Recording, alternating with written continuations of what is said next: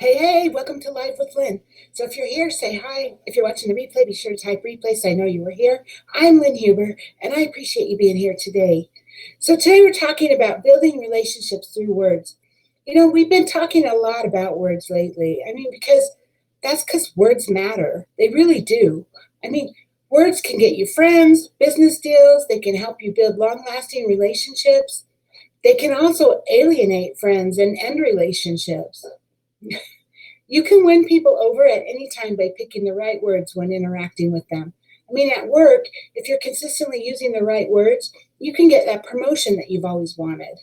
If you're a team leader or a manager or a corporate president, the right words can help you get productivity from that you're expecting from your employees. In the business world, the right words can get you more customers and can help you keep them and help you keep them happy, or you can get that long awaited deal too. Seriously, words are that powerful. They really are. So let's talk about personal relationships for a minute. If you've been struggling to form and maintain relationships with other people, you might want to think about maybe evaluate and change your approach, right? Try to go through your process. How do you interact with other people generally? What words do you use? Do you get positive feedback? The key to developing relationships that work lies in the words you use. So if you invest in positive and connecting words, you're more likely to form relationships that last than if you're using negative or disengaging words, right? Try to use words to communicate your feelings with the people that you care about. Choose words that describe your emotions and at the same time inviting people to speak with that you're speaking with to respond back. Whatever words you choose to use, they should reflect who you are and offer room for the conversation to continue and grow. Because you want it to be a two-way street, right? You should also take time to listen to the response that you receive and make it a point to work to improve your communication skills. Too many times, all of us, and I'm guilty too, we're so busy trying to think of what we're going to say next rather than listening to what they're actually saying to us. And that's where we need to improve our communication skills, right?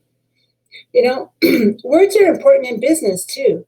Choosing the right words when you're negotiating business deals, that's the secret to signing major contracts. Having a ton of skills and excellent marketing tactics isn't going to get you anywhere if you fail to give the same attention to what comes out of your mouth, right? Getting customers and growing your business depends on knowing the right words to use when you're sharing your business with other people. It also depends on knowing when to keep your mouth shut when tensions come up. Instead of fueling the fire when the discussion starts moving in the wrong direction, might be a good idea to just keep your mouth closed for a few minutes. Count to 10 if you have to, and then use calming words to ease the tensions.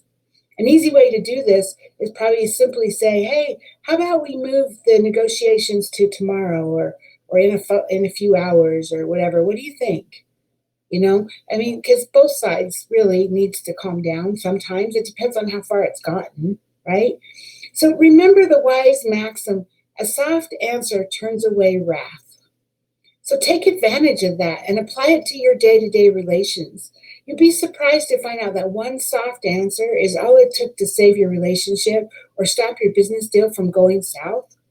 Sometimes in a relationship too, it's especially important that we look at what the other person might be feeling or thinking. That's part of the two-way street, right? And it's really important. So if you've had the opportunity to select your business partners or the people that you want to work with and keep them, what would you look for? Let's say that there's only two people in your area. Maybe there's only two people that are interested in doing business with you, or maybe there's two people that want to join your team, right? And these two people are both well accomplished and they're leading professionals in their field. They have numerous successful businesses. And as Steve Jobs would say, they've already made a dent in the universe because they're just already wildly successful, right? Although your potential business partners share perfect similarities, they approach business differently.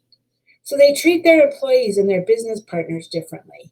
One believes in centralized leadership and nothing gets done without his approval, but he always gets the results.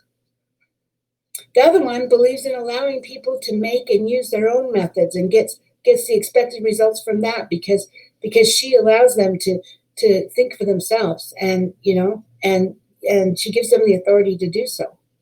So who would you choose to be in business with? Who would you rather learn from?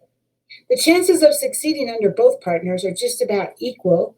I mean, seriously, they're both, you're gonna be successful either way, but the chance of having a lasting and ongoing partnership are quite different.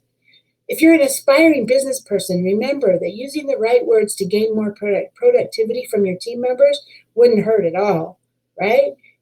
It's an excellent way of making it easy for your employees or your team members to come to you with their ideas or sensitive information that could be damaging or helpful to your business.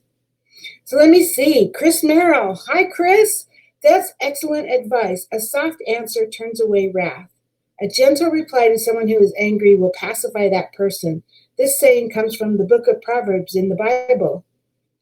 Awesome. Yeah, yeah. I didn't know where it came from, but I've heard it many times. Thank you for sharing that, Chris. I appreciate that. So, the best way of understanding any situation is by putting yourself in the shoes of the person that you're interacting with.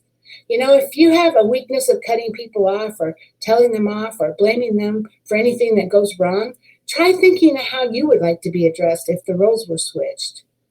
Practice using words to form relationships or bring people together as opposed to using words to draw a wedge between people. Obviously, I mean, I seriously think sometimes you just have to give a little too. I mean, you have to pick your battles, right? You have to determine what's important, and you have to give a little. But it's not about you. It's not ever about you. I don't think. I think it's for me. It's more about the other person, right? But practice what you're going to say when you're engaged in something that determines whether or not you're going to be moving forward with what you're doing. It's much better to have an idea of what you're going to say, have a plan in place, and then you say the right things, right? Every day, we're shaping reality for ourselves and the people around us by the words that we use. Words are so important. The right words spoken at the right time can make all the difference in building people up. So, how will your words impact others and therefore your relationships? So, hey, now I'd love to hear from you. Do you believe the power that words have over your life and your relationships with the people around you? Do you have an example of where words really did make a difference? Please share your thoughts in the comments. I would love to hear them. Chris, thanks for being live with me today, and anyone else who might be live that just hasn't commented, and anyone who's watching the replay, I appreciate you. So go out there and have an amazing day, and I'll see you tomorrow. Bye-bye.